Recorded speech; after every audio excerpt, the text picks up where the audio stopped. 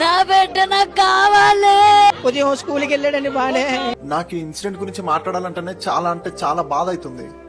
ఆ అబ్బాయి వాళ్ళ ఫ్యామిలీ కలిసి ఎక్కడికో వెళ్ళారంట టూర్కి.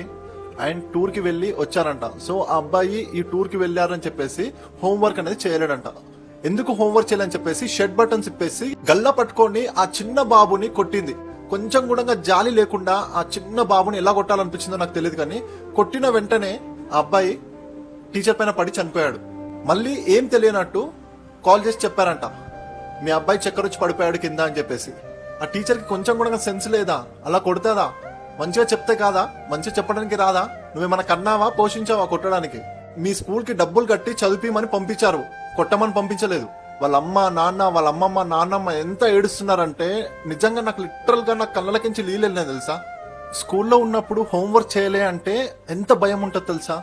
మనం స్కూల్ చదువుకున్నప్పుడు కూడా స్కూల్ కి హోంవర్క్ చేయకుండా పోతే చాలా అంటే చాలా భయం అవుతుంటది. ఏమవుతుందో ఏమంటారో అని చెప్పేసి. ఆ అబ్బాయిని అట్లా కొట్టగానే ఆ అబ్బాయి అసలు ఏమనుకుండో ఏమైందో తెలియదు, కానీ హార్ట్ అటాక్ వచ్చి చనిపోయారంట. నా బిడ్డ నాకు కావాలి. ఉదయం స్కూల్కి వెళ్ళాడని బానే. నాకు ఈ ఇన్సిడెంట్ గురించి మాట్లాడాలంటేనే చాలా అంటే చాలా బాధ అవుతుంది.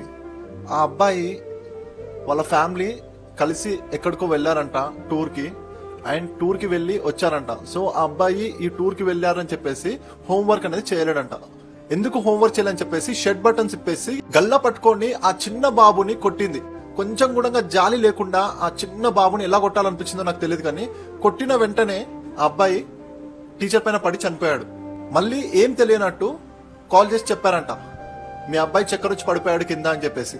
ఆ టీచర్కి కొంచెం కూడా సెన్స్ లేదా? అలా కొడతాదా?